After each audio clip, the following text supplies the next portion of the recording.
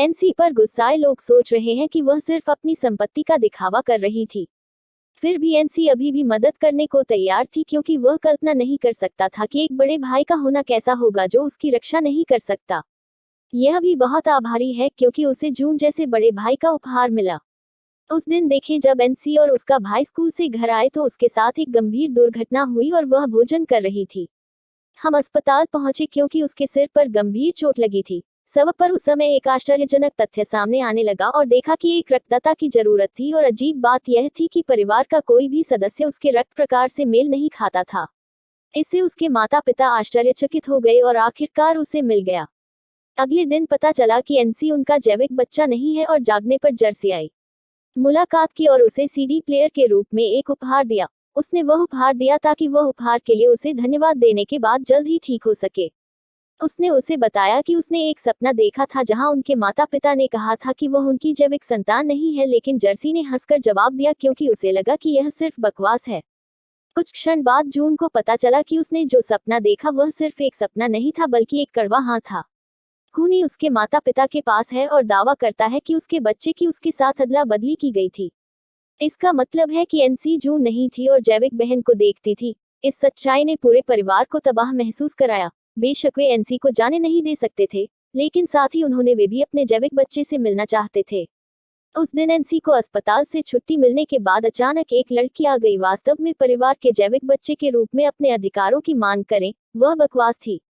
मैंने पूछा और लीड देखी क्योंकि वह जानती थी कि एनसी वहां नहीं थी और उनकी किस्मत बदल दी गई है।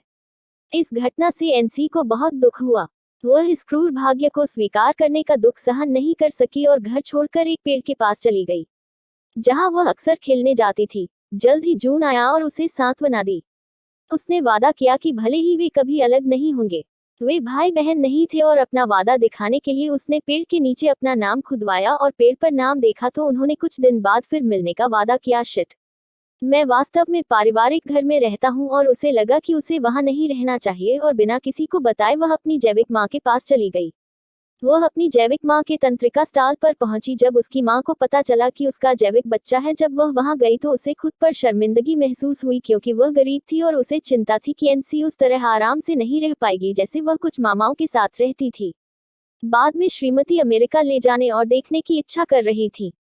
उन्होंने कहा कि वह और उनका परिवार अमेरिका जा रहे हैं ताकि जून देख सके और शिन में पढ़ाई कर सकूं और एक बेहतर जगह पर। उन्होंने एनसी को अपने साथ आने के लिए आमंत्रित किया, लेकिन एनसी ने अपनी जैविक मां के साथ रहने का फैसला किया अंत में उसकी देखभाल करने के लिए, और एनसी ने इनकार कर दिया।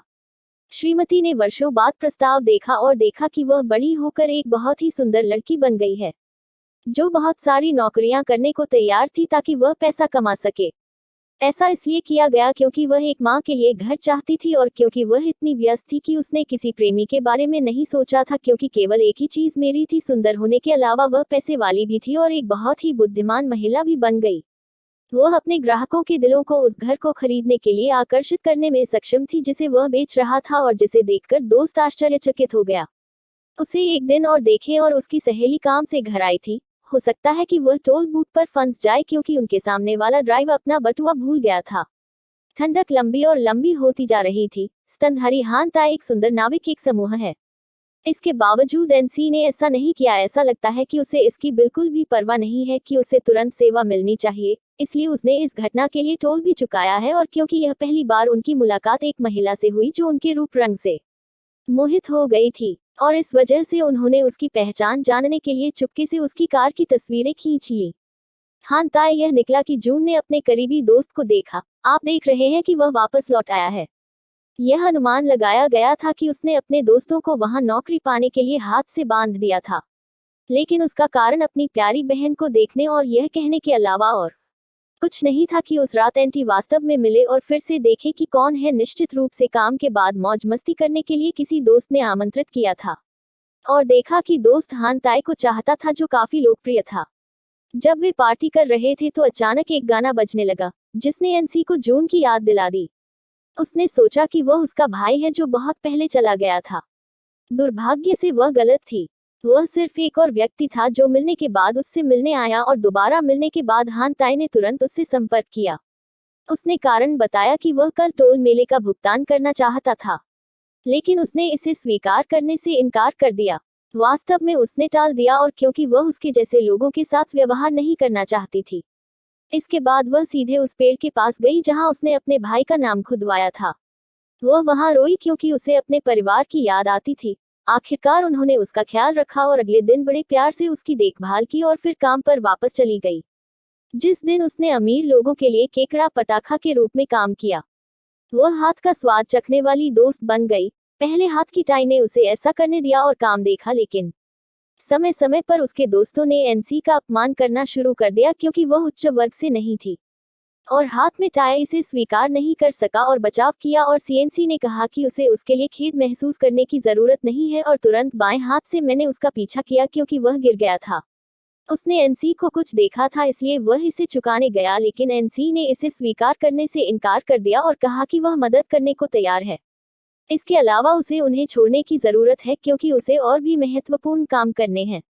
पता चला कि जून सी द्वारा दिया गया म्यूजिक प्लेयर टूट गया था, इसलिए वह उसे मरम्मत के लिए ले गई, लेकिन मरम्मत करने वालों ने ऐसा करने से इनकार कर दिया क्योंकि हिस्से बहुत पुराने थे और उन्हें ढूंढना मुश्किल था।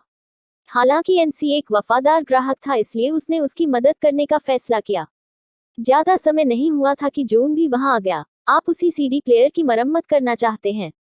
सीडी प्लेयर देखने के बाद मरम्मत करने वाला हैरान रह गया क्योंकि उसे जून से पहले किसी से ठीक उसी डिवाइस से संबंधित ऑर्डर मिला था। जून देखें, विश्वास करें एनसी, मैंने अभी उनका जून छोड़ा है।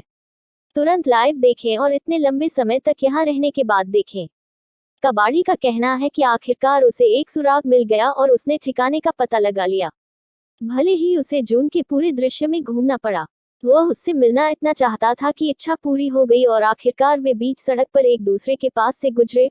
उन्होंने एक कैफे में जाकर बातचीत करने का फैसला किया और इतने लंबे समय तक अलग रहने के बाद एक दूसरे के बारे में पूछा।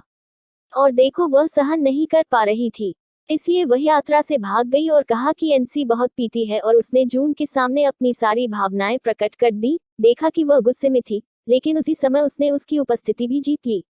इस बीच जून ने देखा कि कौन धैर्यवान है। जारी रखे एनसी का अनुसरण करना और उसकी निराशा को दूर करने की प्रतीक्षा करना जब तक कि वह अंततः अगले दिन थका हुआ महसूस करके बेहोश न हो जाए और देखे अपना पुराना घर जगाया। वह आश्चर्यचकित थी क्योंकि यह पता चला कि घर बेचा नहीं गया था।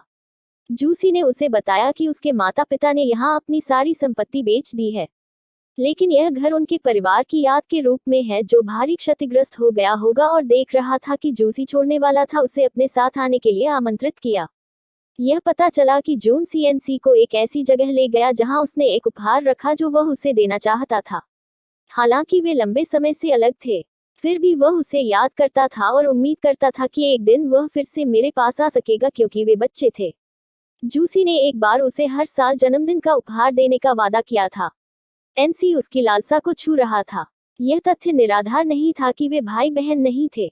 मैं सिर्फ भाई बहनों से अधिक करीब रहना चाहता था। तब से उन्होंने एक साथ समय बिताना शुरू कर दिया। एनसी अब खुश थी, वह जून के साथ फिर से मिल सकती है। दुर्भाग्य से खुशी तब गायब हो गई जब एक महिला ने अचानक अपना परिचय देते हुए कहा कि जून सी गर्लफ्रेंड है, जबकि जून सी ने इससे बिल्कुल भी इनकार नहीं किया। यह जानते हुए कि एनसी ने इस बीच अपनी भावनाओं को गहराई से दफनाने का फैसला किया और देखा, और शिन में आखिरकार कई सालों के बाद मिला। शिन ने दावा किया कि उसका एंटी बाय हेंटाई के साथ एक विशेष रिश्ता था। इससे इनकार किया और कहा कि उसका किसी के साथ कोई रिश्ता नहीं था, और वह सिनेट भी जून की तलाश में पहुंची क्योंकि अगले दिन उसकी मां बीमार थी। क्या मुझे पकड़ा जाना चाहिए था? एजरा हेंटाई ने सोचा कि उसके पास हेंटाई द्वारा उसकी प्रेमिका बनने का मौका है। उसने उसे अस्वीकार कर दिया क्योंकि वह पसंद करता था और देखता था, और वह किसी अन्य लड़की को इससे अधिक नहीं देखना चाहता था। इससे उसे गुस्सा आ रहा था कि एनसी ने हर किसी को उसके लिए ले लिया। यह पता चलने के बाद कि एनसी और जून देखते हैं कि हम पहले जितने करीब नहीं हैं। टाई ने अपनी फिल्म शुरू की और उसके करीब आ गए। वह टहलने के लिए देख सकते हैं और अपने परिवार के बारे में बात करना शुरू कर दिया। यह पता चला कि हेंटाई एक अमीर परिवार